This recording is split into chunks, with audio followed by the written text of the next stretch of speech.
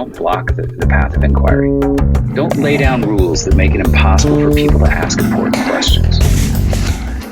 Welcome to the Thought Stretchers podcast, where we hope to stretch your thinking about important issues in education through rich inquiry.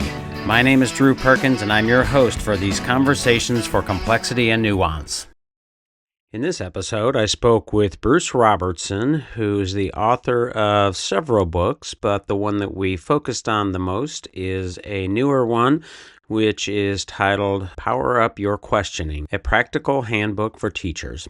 One of the things I really enjoyed about this conversation, other than the obvious focus on inquiry and questioning, which is a priority of mine, is the complexity and nuance that Bruce brings to that conversation. As most of you know, if you are a regular listener, I really push back on more dichotomous and tribal kinds of thinking because teaching and learning, in my estimation, is much more complex and nuanced than something that's more like just direct or explicit instruction or just inquiry.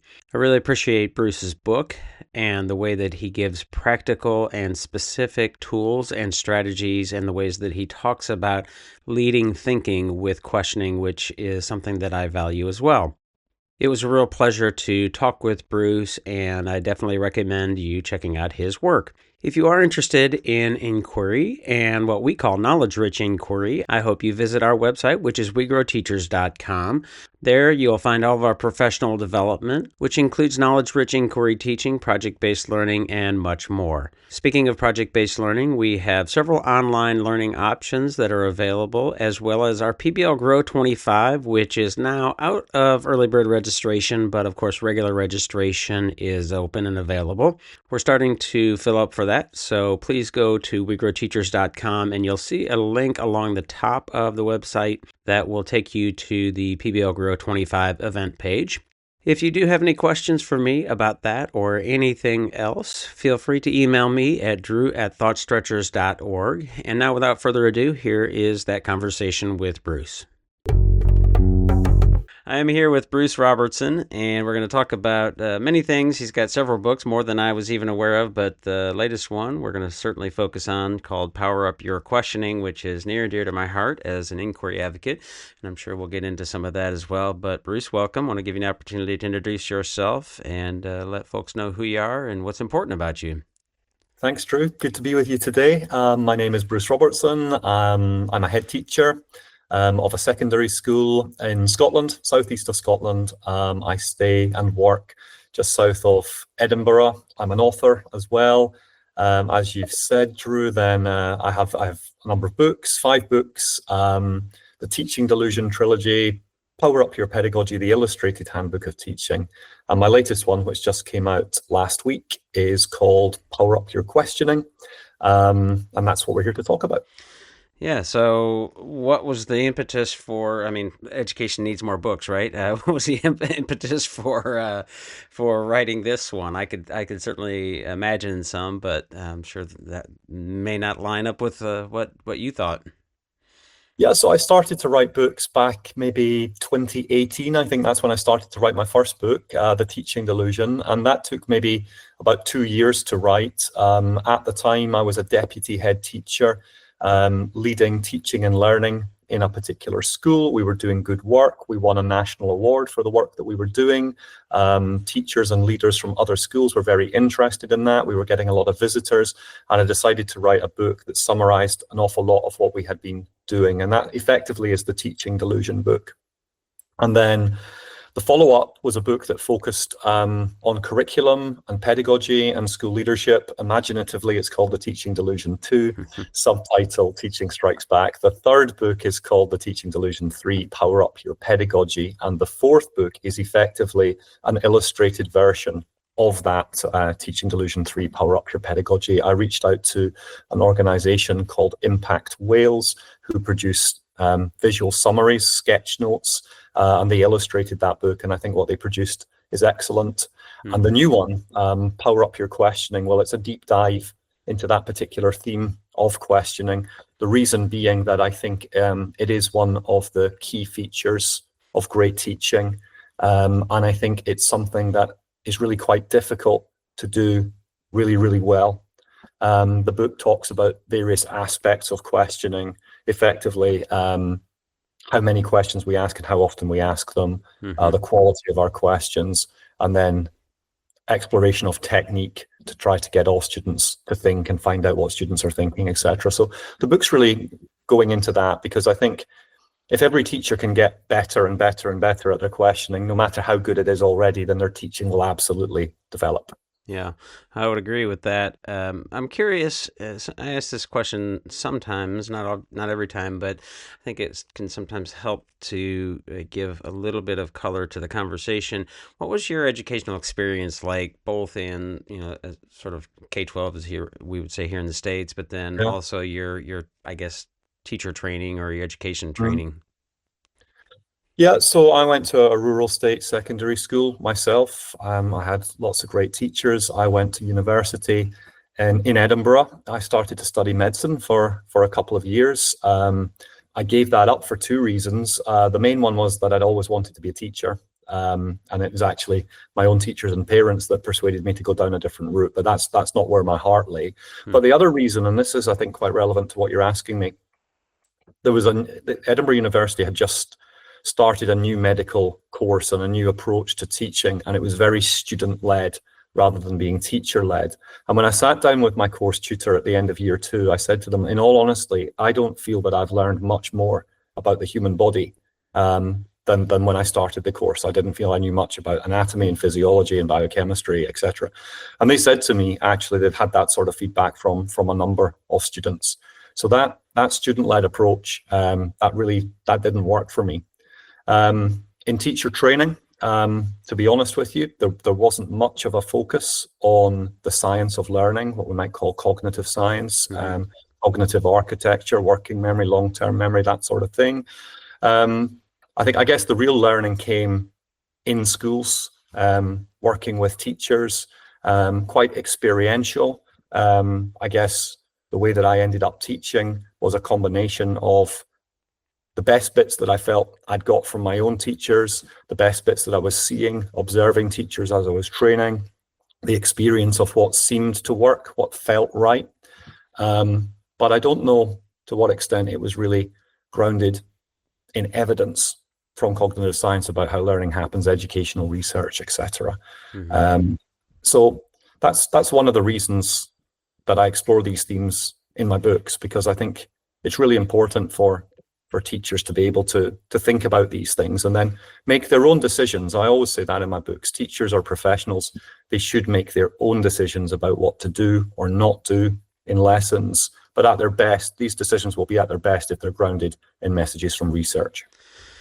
Yeah, well, you've opened up some cans of worms that I think are really interesting, and I've been trying to explore, the science of learning, cognitive science, and really trying to balance that. I'm curious what you see. You're in across the pond here from the States, and here in the States and on social media, it feels like we are seeing, a pendulum swing away from something that's more progressive or constructivist or student-led. And it's interesting that you mentioned the experience that you had in the medical field, because we do professional development and project-based learning. One of those things that I advocate for, and I'm happy to talk about how I think we need to be including some cognitive science and rows and shines and things like that in that process. But one of the things that I've heard many times is that problem-based or project-based learning, and there are people who define it differently and sometimes use interchangeably and blah, blah, blah, but that one of the sort of places it sort of originated or came from was the medical field.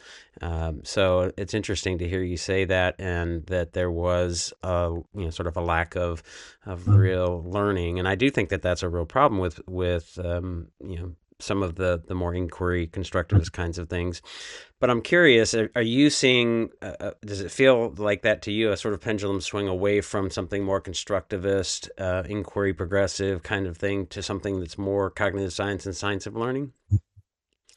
Well, I guess, but before I answer that direct, I think for me, there's a place for both, the teacher-led approach and the student-led approach. I would agree, yeah.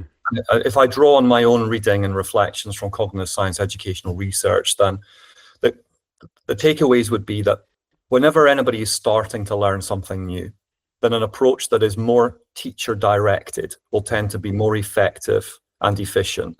So you'll learn faster and you'll learn better than if you were just left on your own to your own devices at that stage. But as that learning develops, then the research is quite clear that a more student-led approach is likely to be more beneficial once you've got to a certain point. And when we talk about teacher-led pedagogy, we shouldn't be talking about a lecture. Right. We should be talking about something that's really interactive, hence the book, Power Up Your Questioning. So to make our teaching interactive, lots of discussion, lots of reflective tasks and collaboration, etc., etc. So I guess I'm saying that, yeah, it's about both in sequence and in proportion. And to go back to your question, well, I'm in the United Kingdom, and of course it's split into 4 different areas. In England, then the pendulum does seem to be swinging much more towards the more teacher-led approach, more grounded in the science of learning that we're talking about. In Scotland, not so much. In Scotland, it's more constructivist, more about student-led learning, more about the development of transferable skills, for want of a better expression. So there's something of a differential across the United Kingdom. Yeah, interesting. Well, so you mentioned transferable skills, which is another sort of can of worms, and the research and the evidence, and I agree with you wholeheartedly that we want to think about. I like how John Hattie talks about it, that teaching with intent, right? What is the intent? It sometimes feels like there's an element of tribalism that we see in politics that's not, we see it with, science of reading, science of learning, and people just really clinging to positions, and it's very, very wild to see, and hard. It's stifling conversation, and it isn't, to me, it's not either or, it's yes and. One of the things that transferable skills that you mentioned, and I'm curious. One of the things that it seems clear from the research is that there are domain-specific skills, and those things don't transfer or haven't transferred generalizably. I don't know if that's exactly a word or whatever, but hopefully that makes sense. Yeah. But I do wonder, and I as an inquiry advocate, and I want to get to the details of the book, because you're questioning, you've got some really good granular things in the book, but I also wonder, I think about inquiry as a sort of really a mindset and a set of skills, one that we want teachers to have, to be able to be sort of intuitive and perceptive in moments, to be able to ask questions and use their inquiry skills. But I also think that that's a skill that we want people just in general to have. And it strikes me as, and I'll acknowledge that I've not seen any particular evidence, which doesn't mean it's not true. It just means we don't have evidence of it yet, that there is a way, and there are skills or a skill set or a mindset for people to develop that will help them in all kinds of areas of life. And I could, certainly provide some examples where others have not developed that skill. And I to me, that feels like it's something more generalized and more transferable. And I'm curious how you think about, those domain-specific things and more generalizable sort of inquiry skills. You're right, it's a big can of worms. So the terms like problem solving, critical thinking, creativity, so I think of those as umbrella terms for more specific skills. Ultimately, that is what we're trying to do. We want to teach students to be able to solve problems, to think critically, to be creative. For me, my takeaways from the research are that students are more likely to be able to be creative when they know more and understand more about something. The more they know and the more they understand, the more creative that they can be. There are particular aspects of certain skills that are transferable. So, the ability to summarize something, for example, you could argue that is transferable across different domains. But then there's a body of research for a common example used by people like Daniel Willingham to do with baseball. You give 2 students a passage about baseball. One of the students knows a lot about baseball. The other student doesn't know very much. The one who doesn't know very much has been taught the skill of summarizing. The one who does know a lot about baseball hasn't been taught that skill. Who writes the better summary? It's the student who knows more about baseball. Yeah. So that's not to say that there isn't any value at all in teaching how you would summarize, in teaching different skills that to some extent can be transferable, but the students also need to know and understand things in relation to what you want them to think about. So it's a bit of both, I think, is probably what we're saying. And I guess what I was saying earlier was start by giving students some knowledge and some understanding, and then ease off in terms of your direction with that, and increasingly give them more freedom. That's the approach that I would take. So with something like inquiry, to begin with, if that's the approach that you're going to take, and I'm always at pains to say, as I said earlier, teachers should be empowered to make their own pedagogical decisions. And ultimately, all that matters is, have they been learning? Have they learned the things that we want them to learn? And have we got evidence of that? If you're taking an inquiry-based approach, the teacher can still be giving quite a directive steer. These are good resources to use. Avoid this, for example. I'm going to give you this amount of time, and here's some support that you could access. There's still a teacher-led dimension to that. Yeah. And then ultimately, you moving forward, you'd be looking for there to be less of that. The teacher doesn't have to give as much of a steer. The students don't rely on as much support. How does that chime with your own thinking? Yeah, well, I think that's right too. Although I would also, I think about, I mean, yes, knowledge is really important, and we really emphasize that in I talk about knowledge-rich inquiry teaching, in part because I think, and I say this quite often in my work with teachers in schools and people who are interested in project-based learning, these kinds of things, is that I think it's a valid criticism of that sort of end of the spectrum of inquiry and such, that knowledge has been minimized, left out of the conversation. I was talking with Howard Gardner recently, and he said the very same thing he wrote about in his book, and I thought was important for him to say, is that ideally he is a purely progressive teacher, but the progressive education sort of end of that spectrum has sort of made some mistakes in thinking that it was, if you just provide the opportunities and the scenarios and the environment, that the students will learn. And that can happen, but it's not particularly common. It's certainly not as efficient. So I think we want to make sure that folks who are interested in inquiry and interested in things like project-based learning are really understanding that knowledge is important, and think about how we do really include that in the conversation. Yeah. When people say things like, well, they can just Google it, I think, well, yes, they can, but they won't have it in their working memory to then use it, and you don't have any grist for the mill, right? I mean, it's a different set of circumstances. But I would also imagine, like I think about, we talked about this in a conversation that I had with some folks I'm sure you're aware of, Carl Hendrick and Dylan William, and there was four of us. We were talking, Oliver Caviglioli.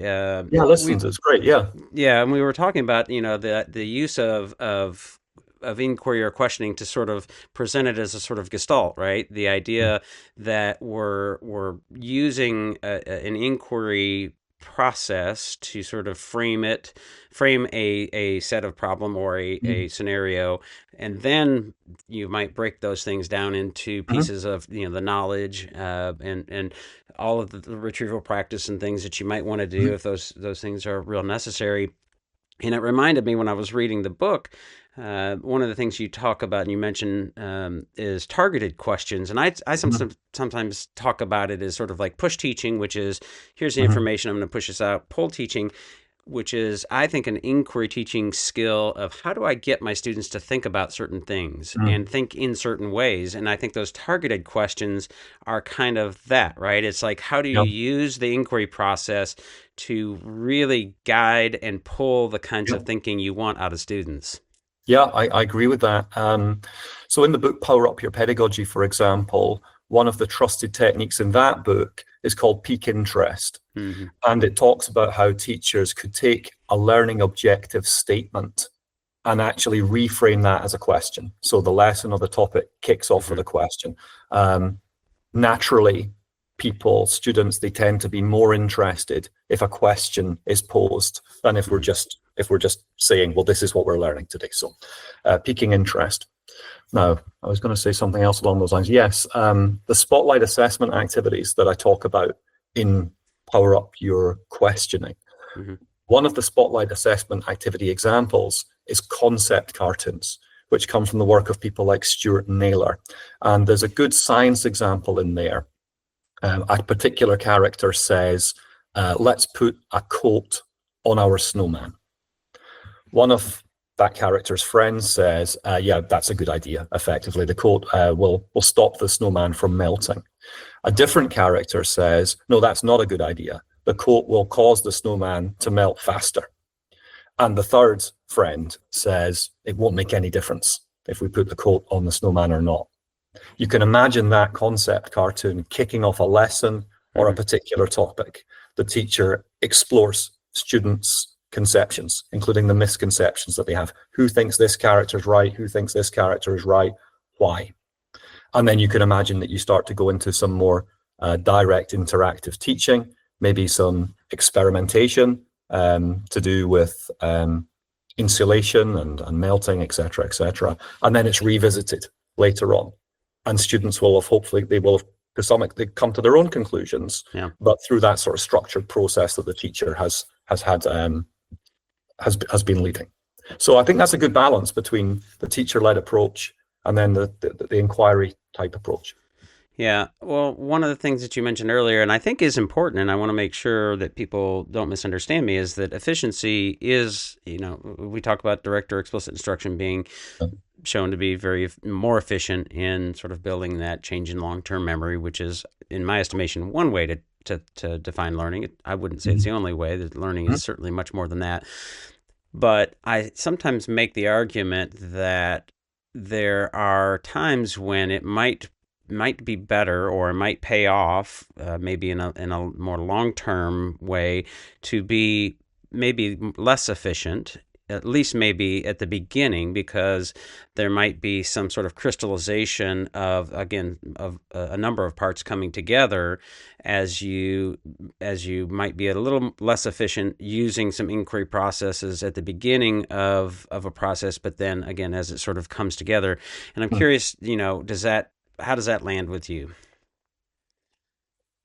Well, we want students to be curious, and anything that we can do to get them to be thinking about the things that we want them to learn, to be asking their own questions about that. Anything that we can do to support that's got to be useful in the teaching and learning process. John Hattie actually wrote one of the testimonials for Power Up Your Questioning.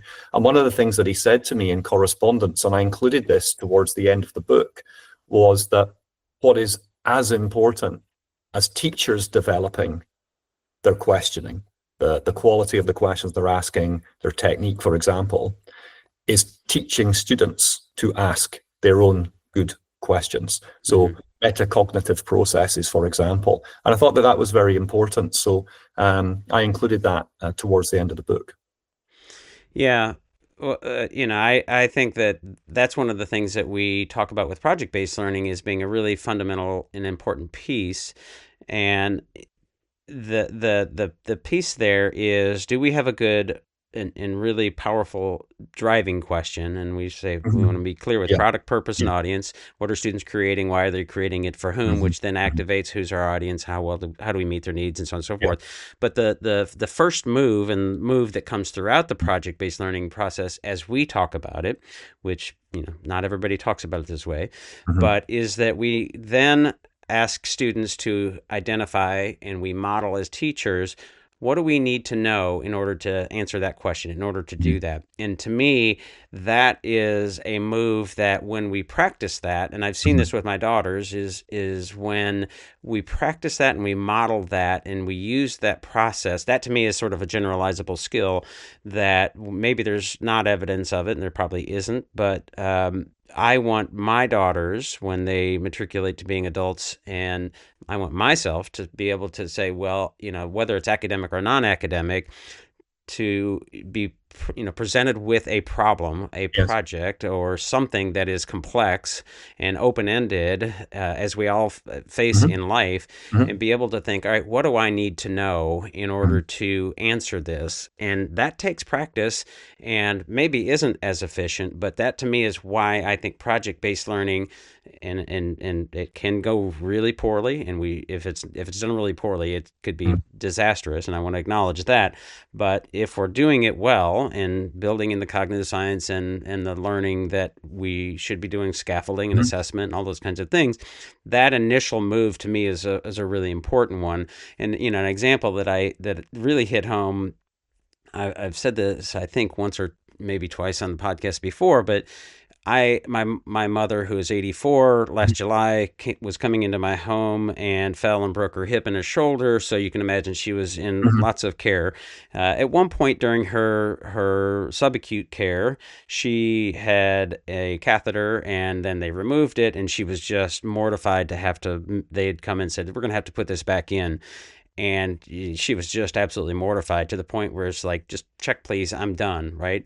And I am not an expert. This gets at the domain expertise. I am no expert in catheters or Yeah. women's bodies and things like that. I was able to, though, ask enough questions of the nurses and then the doctors to be able to have them hold off for a time. And it ended up that she didn't end up needing that catheter, Yeah. which of course was a big relief to her. Yeah. But as I was reflecting on that, I was thinking, what were the skills that I possess that were able to help me navigate that, even though I was far from being a domain expert? Mhm. And to me, those questioning skills, those inquiry skills, were things that again, I would say were sort of more generalizable than domain specific. So Yeah. no, I there's think not that's really a good question there. example. And I think almost always in education, it's a mistake to become too binary. So when we talk about the transferability of skills, I think there are certain aspects that are more transferable than some people would have us believe. And there are certain aspects that are not nearly as transferable as some people would have us believe. That would be my take Yeah. on it. Recently, I was putting together a new website for my business. And I'm no expert when it comes to website development, but Right. I was able to use a particular software to do it. But in transferring from my old website to my new website, I did something wrong, and I caused there to be a problem with the DSN settings. Yep, I've been Now, there before. right, it took me days and days and days to try to work through this, Drew, causing me huge amounts of stress and sleepless nights. I was basically trying to find out how to solve this problem myself. Right. Now, I had certain transferable skills. I was able to use Google and different help forums, etc., etc. But ultimately, while I got close, I wasn't able to solve it. In the end, I was able to get in touch with somebody who worked for the company through which I was building a website. And they taught me pretty quickly what it was that I needed to do. Sometimes, well, like we said earlier, a more teacher-led approach to help students to learn particular things, in my case, what I needed to do with these DSN settings, more effective and more efficient. It gave me that building block, if you like, that I can now use in future. I didn't need to discover that part myself. Right. Yeah. And to be fair, and I talked about this in a podcast with Paul Kirshner and a couple of the co-authors of that knowledge curriculum that I'm sure you're aware of. And one of the things that I mentioned, I coach soccer, you call it football, and while I'm certainly an inquiry advocate, and I think there's a lot of space and room for inquiry in sports coaching, that kind of thing, there are times, recently I was coaching with my coaching partner, and I was being very explicit in my instruction. He said, let's see if they can just figure it out. And I was like, ooh, it's like they really, my estimation, they really need at this point some real explicit instruction on how they should be moving the ball and what they should be thinking about, modeling that kind of thing. Yeah. And it's what you said there that I think is like the number one takeaway for me from everything that I've read. It's the Willingham quote, that memory is the residue of thought. In other words, we learn what we think about. And if we have designed the inquiry-based approach or the project-based approach or the teacher-led approach, if we have designed that so that students are thinking about the things that we want them to learn, well, that's the key. So I think there are different ways. There are so many different ways that we can support them to think about the things that we want them to learn. If the activity is doing that, then the chances are it's a good bet learning activity. If it's not doing that, if they're not thinking appropriately hard about the things that we want them to learn, then it's a less good bet that it's an effective learning activity. Right. One of the things that I noticed you were talking about in the book was Bloom's taxonomy, and we can go into the depth of why people use that wrong or think about it different, whatever. But the sort of idea of knowledge, which I think is really, really important. But I also, I actually got into a little bit of a back and forth about this on social media recently. To me, there's a pretty fundamental difference between knowledge and understanding, and I think some more important distinctions to be made there.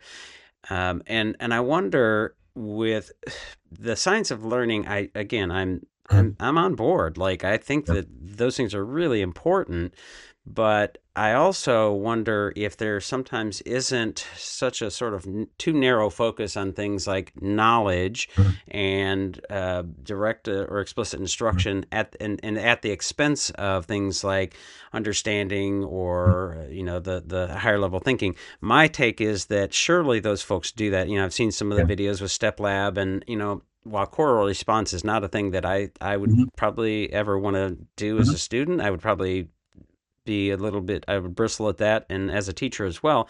Doesn't mean it's necessarily bad, but my question is always, okay, so what are you doing with that? And that's one of the things Oliver Caviglioli talks about. It's like, everybody's so focused on how can we get students to get this knowledge, but what they should be asking is, or don't seem to be asking enough, is what do you do? What if we could get them to, have this knowledge? So I'm curious how you think about how you talk about the sort of relationship with knowledge and critical thinking and understanding and those things. Yeah, so I talk in my second book, The Teaching Delusion 2, a lot about curriculum. And by curriculum, I mean what we're teaching students at school. And for me, the best conceptualization of curriculum is knowledge-based and skills-orientated.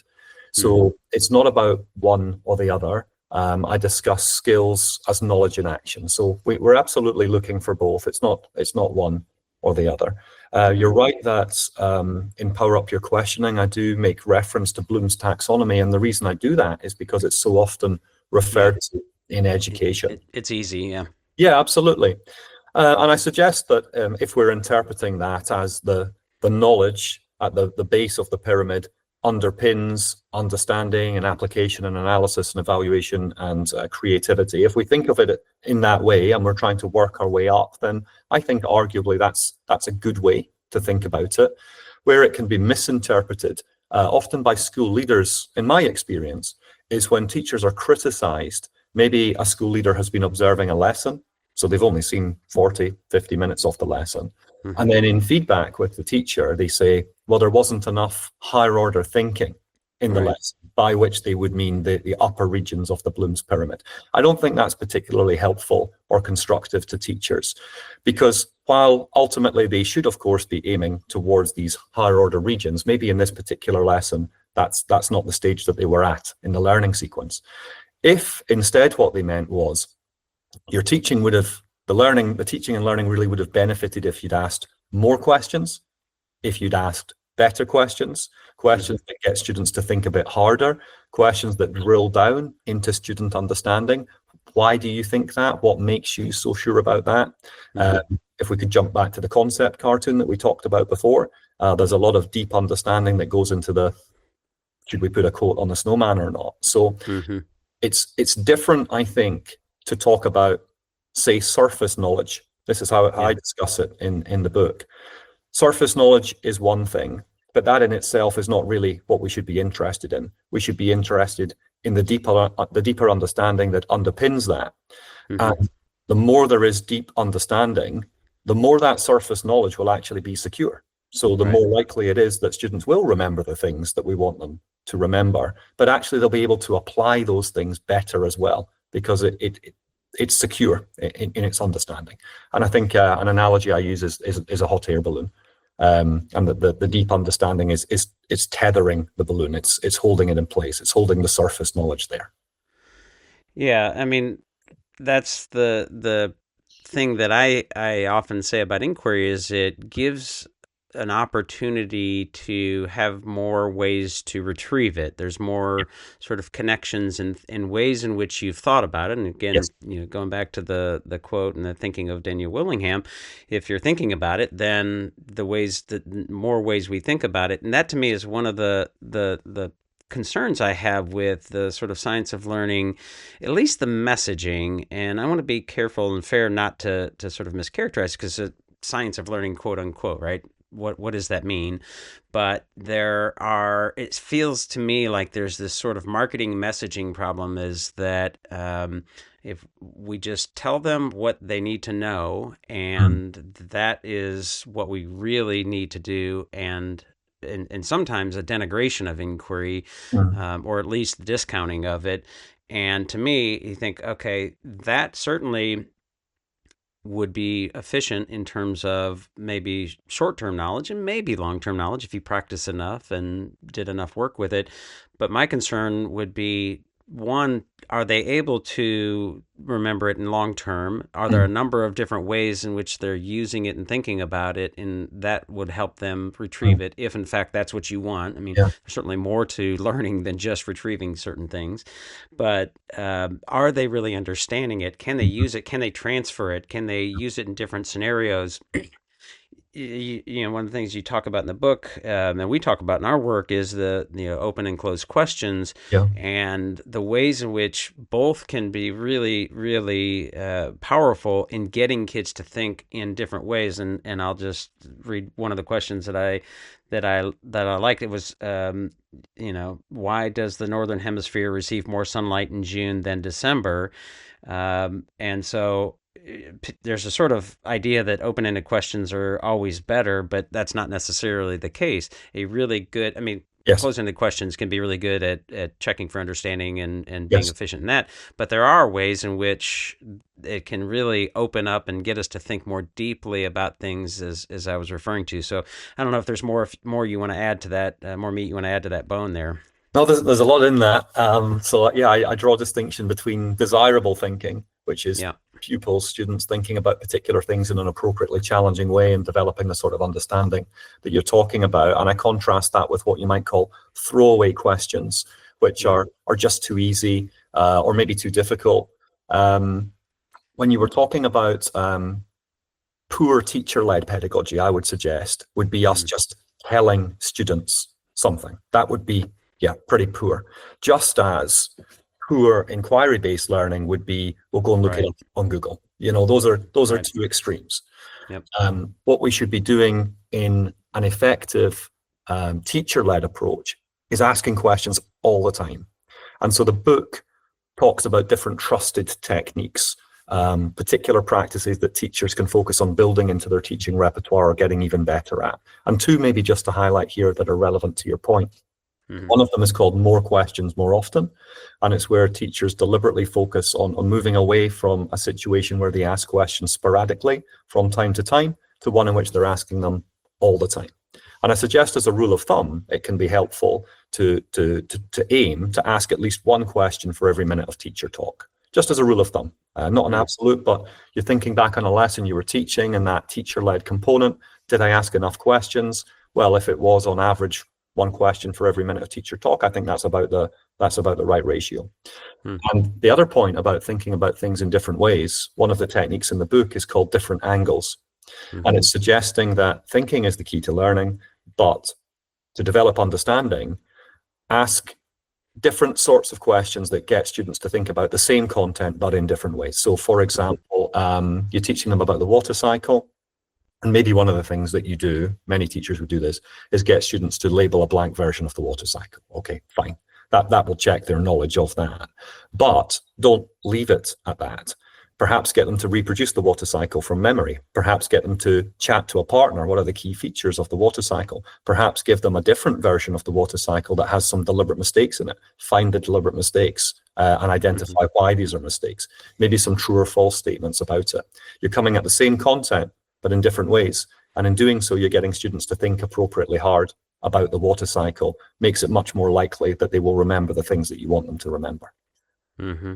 Yeah, the example I used in a recent conversation that what you say reminds me of it is you could teach concepts of rights and privileges. I was a social studies teacher by just telling them what those mean. Let's define them. Do those dynamics, and you could then ask them to apply, and that would be the more sort of formulaic of like, let's build the knowledge and then maybe do some inquiry with it afterwards, which again, there's not necessarily bad. I'm not saying that that's bad, but I would think then as a teacher, I would say, well, you could use inquiry-based learning and say, ask students to consider, is immigration a right or a privilege? And that could then open up some really great conversation dynamics. And what would we need to know? Well, we'd need to know what a right is, what a privilege is, all those dynamics, and the things that you would teach normally. But it also primes, potentially and ideally primes them, gives them an opportunity to maybe be more engaged, gives them an opportunity to model, the teacher to model and to sort of unpack the inquiry process. And that to me, I think is a sort of what we talk about preparing students for the modern world. Because when I talk about inquiry, you say, well, knowledge, yes, it's really, really important. But at some point when we get to be adults, we're going to be in situations where we will need to know knowledge, but there won't be a teacher there to give it to us. Yes. So we won't be in that academic setting. Can we figure out what we need to know, and whatever method it might be, YouTube video, reading a book, finding an expert, whatever it might be. In your case, with your website, I got to find an expert here at some point. And so really giving them an opportunity to get to that. Another thing that I noticed in the book that I thought was useful, you talk about, pitfalls, and I think that's really useful, and giving teachers or sort of advising teachers, so accepting or correcting answers without exploring the understanding beneath them. And it's not enough to just ask questions, right? It's sort of the performative, like, okay, I'm asking questions, but are they really engaged in, do I understand what the student understands? Yes. And are we really getting beyond just that surface knowledge into the deeper understanding? So I'm wondering if you might say a little bit more about that. Yeah, so I think there's a lot of what we're talking about here where there's common ground, and actually the inquiry-based approach, as you're describing it, certainly initially, it's quite teacher-led, but it's not lecturing. Right. There's lots of good questions, and teachers giving the steer and facilitating the discussion, etc. Yeah, so one of the trusted techniques in Power Up Your Questioning is called drill down. So maybe, for example, you show students a diagram, it's a triangle, it's an equilateral triangle. And you say, what type of triangle is this? And a student says it's equilateral, which is correct. And you might say, well done, that's right, and move on. That's what many teachers would do. But if instead you took just a few seconds more and you said, well, why do you think that? The student might say, because it doesn't have any right angles. So you've just discovered something that's formatively valuable. They have given you the correct answer, but they gave you it for the wrong reason. Maybe they guessed, or maybe they had a misconception that helped them to get the right answer on this occasion, but would lead to problems in future. So the technique, drill down, and what I suggest in the book is that more often than not, you use a follow-up question to explore why students have given you the answer that they have, regardless of whether it's correct or incorrect. Sometimes you might make the learning a bit more collaborative. So what type of triangle is this? Student says equilateral. You use the technique of bounce. You go to a different student. Do you agree? Do you disagree? Why? Maybe you counter it with, well, actually, I don't think it is. Why do you think I'm saying that? Or, it's the sort of question or the sort of steer coming from the teacher that's getting students just to think a bit harder about what we want to learn. And I would argue that is an inquiry-based approach. Yeah. And I want to be clear, I don't want to characterize or straw man or caricature, something that's direct or explicit instruction. I mean, Rosenshine and those principles, for example, should have lots of questioning. And just as I think it's unfair to conflate or to present inquiry-based learning as the same thing as discovery learning, we don't want to say science of learning or whatever, whatever you want to call that stuff over there is drill and kill, lecture, assessment, that kind of thing. When we work with teachers, it sounds like, you're doing some of the same kinds of things. I talk about, like, first of all, what are the questions you want your students to be working on and considering in each sort of day and each lesson, that kind of thing. But also, what are the things that you can do to get them to ask some of those questions? What are the things you can perhaps ask them a question, but also present them with phenomena or something to think about? And then using that intuitive, Ron Richart might call it, I think he calls it facilitative questioning, making thinking visible. I talked with Christian Moore Anderson. I don't know if you're familiar with him. He's written some really interesting things about knowledge and understanding and the importance of really having a conversation. And when I see like the choral response, for example, one of my wonders again is, okay, where's the follow-up question to really know, like, just because you're responding doesn't mean you really know it or even especially understand it. So when you're asking teachers to develop these questions and to make them, an intentional part of their lesson planning, what kind of response are you getting, and how do they sort of onboard that? And I suppose it may be dependent upon the school, but what are the things that they struggle with in that process, in your experience? So when I work with teachers, and I'm doing that all the time because, well, I am a head teacher, but I'm on a career break this year. I have to focus on working with teachers, school leaders across the UK and internationally as well. And often what I am talking about is questioning. And one of the questions I will often pose to an audience is, well, how good is your questioning on a scale of 1 to 10? So 10 is top drawer and 1 is it's not smashing. So it's very rare that any teacher, we use show me boards because for me, they're a teacher's best friend. So that's giving me, as the person leading the session, immediate formative information about the thinking of everyone. So it's very, very rare that anybody puts their questioning at 10. Occasionally somebody does. It's equally rare that anybody puts their questioning at 1. Teachers tend to go about 6, 7. That tends to be like the average, as you might expect. But then I say, so what were you considering when you thought about the quality of your questioning?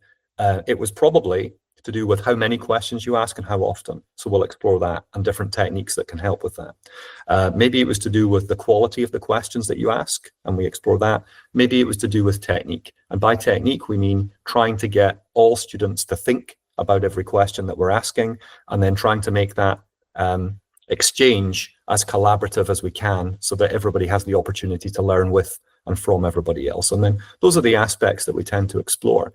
I guess just before we do that, I tend to highlight the acronym that I use in the book, Power Up Your Questioning, Spotlight, and STAR. Yeah. Because the STAR acronym is a summary. It summarizes 4 of the main reasons, not the only reasons, but 4 of the main reasons why we ask questions. So the S stands for spotlight. We're shining a spotlight effectively on what students are thinking and what they are learning, which is visible otherwise. The R stands for responding, because for me, great teaching is responsive. We're making decisions all the time about what to do or not do. And at their best, these are grounded in evidence of understanding and learning. So that's the R. The A is to do with attention, because the more questions we ask, the more likely it is that we're holding attention. Questions, as we said earlier, they pique interest. And then the T stands for thinking, because thinking is the key to learning. And when I conceptualize effective pedagogy, the framework that I use in my own mind, it's thinking-based and learning-orientated. So plan for thinking, and whether that's a more teacher-led approach and direct interactive instruction, or whether it's more inquiry-based, I wouldn't get too hung up on that. I would be getting hung up on what are students most likely to be thinking about in this particular activity. And then learning-orientated, what are we doing as teachers to actually get evidence of what is being learned in the short term and then in the longer term? Thinking-based and learning-orientated, that for me is a very useful conceptual framework. Do you see any difference, or sort of thinking about the actual questioning techniques and things that you're writing about in the book here, do you see any difference in application or recommend any difference in application of these kinds of techniques from, let's say, a math class to, let's say, a social studies or humanities class? And I ask that question because one of the things that I seem to notice in conversations with folks about like science of learning and inquiry kinds of things is that a lot of the conversation from retrieval practice, interleaving kinds of folks, those advocates, direct or explicit instruction kinds of advocates, they tend to talk about math, which is certainly more concrete, right? There are right answers and there's certainly lots of opportunities for open-endedness and things like that, but it tends to be pretty concrete. Whereas, I'm talking about rights and privileges and those kinds of concepts, which sort of lend itself to something that's maybe a bit more open-ended. So when you work with teachers in certain disciplines, are there different approaches, and how does that work for in your work? I think the 30 techniques that are discussed in Power Up Your Questioning are transferable across any subject, from maths through to sciences and humanities and into expressive arts, etc. And when I work with teachers, and in the book as well, I try to give different examples from different subject areas. This spans primary and secondary education, as we call it over here, the junior and the more senior years of schooling. And then often what I will do is, I'll break the presentation up all the time, and I'll ask people to think, we've just talked about a particular technique and the generic principles. I've given a couple of examples. Now have a think and have a chat. How does that work in your own context? I can't think of a single technique where it wouldn't be transferable from, say, maths into humanities and expressive arts and sciences. Use of show me boards, for example, chat to a partner, more questions more often, different angles that we talked about. We won't go through the full 30 techniques, but I think they absolutely are all transferable. Yeah, well, I would agree. It just strikes me as the focus in the conversation seems to be coming from certain disciplines, and in some ways it makes sense. Maybe last question, no promises on that, but the thing, you're talking about doing professional development, professional learning, working with teachers on improving their pedagogy, improving their approach.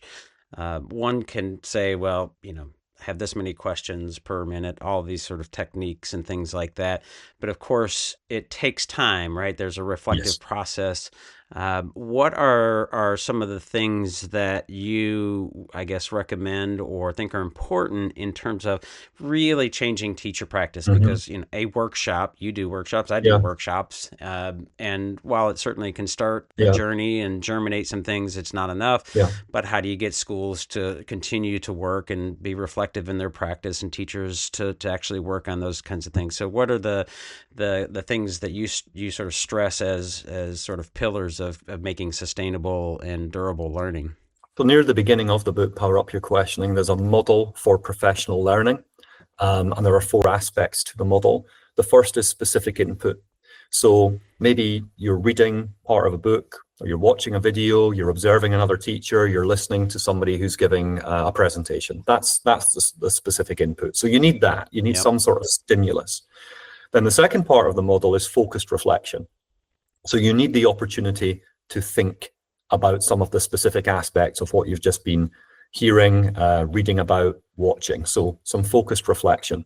The third part of the model is deliberate practice. So you need to take something specific and really focus on building that into your teaching repertoire, refining it. You've considered the specific aspects that you want to focus on. Maybe you've considered some of the things that can go wrong with that. And that's not going to happen just as a one-off. That's very unlikely. Right. You're looking to develop the technique of more questions more often. You're going to have to do that over a period of time. Yeah. Now, learning can happen with just those 3 components: the specific input, the focused reflection, the deliberate practice. But what the model suggests is that learning will almost always be better if there's also an opportunity for some informed feedback. And that's the 4th component.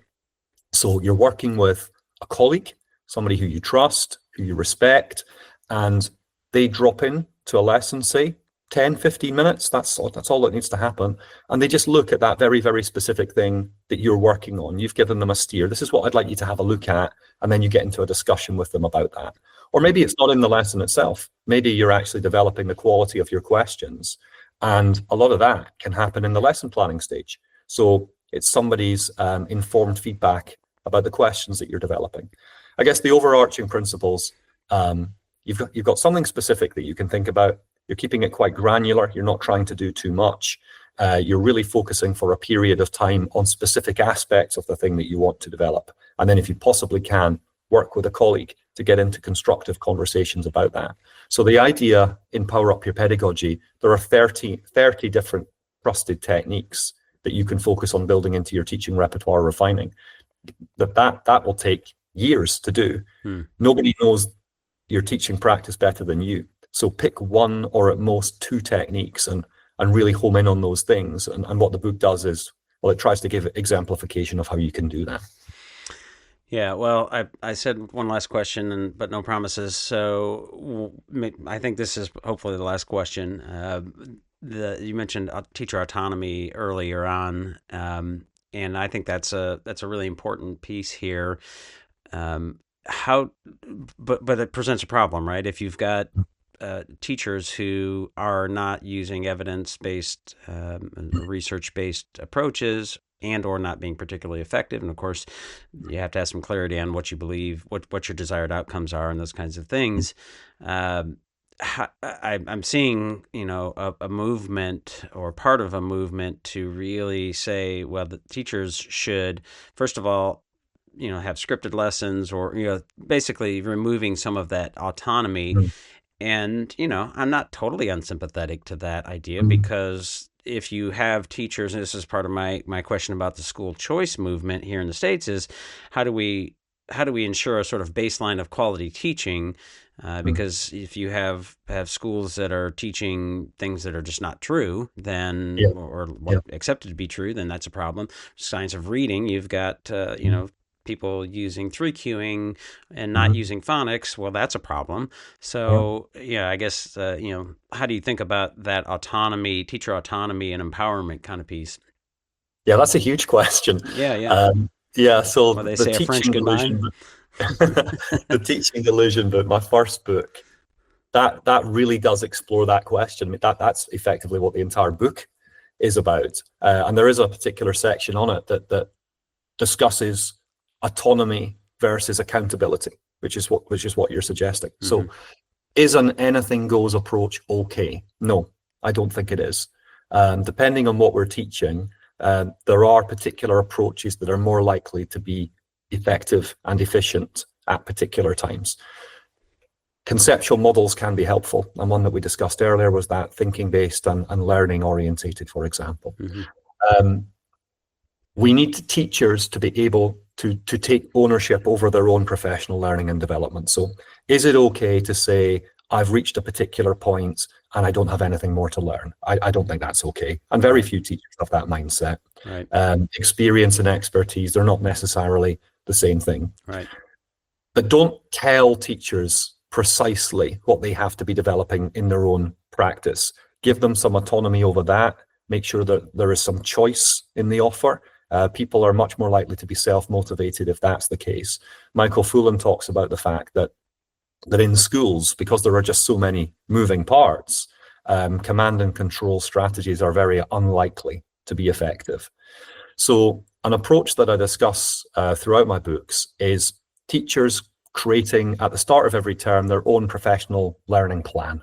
So they identify a very specific aspect of pedagogy that they want to focus on developing, let's say questioning, and then they home in on some of the detail of that questioning, but specifically getting more students to think about every question that I ask.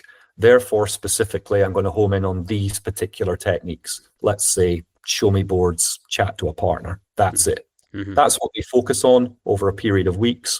And then maybe at the midpoint in the term, they think back on that, maybe they have a conversation with somebody about it, and they write a very short reflective summary. If you can get the whole school doing that, then you're striking quite a good balance, I think, between autonomy and accountability. You've got everybody producing their own professional learning plan.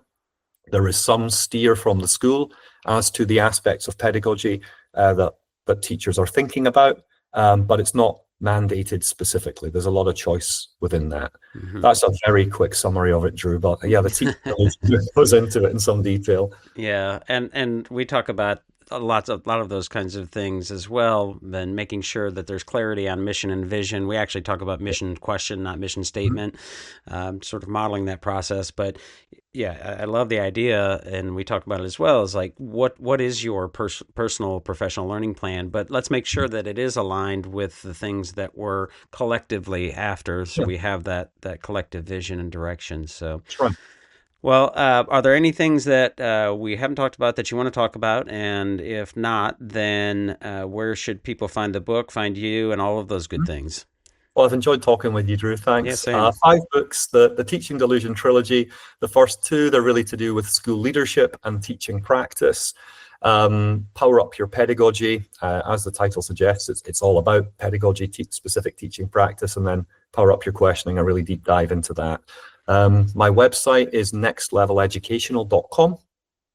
So if people go there, then they can find out more about the books. They can find out more about me. If anybody was interested in me working with them, their school or their district, then that's my job now. I work with teachers, school leaders in schools. So I'd be very keen for somebody to reach out if they were interested in that.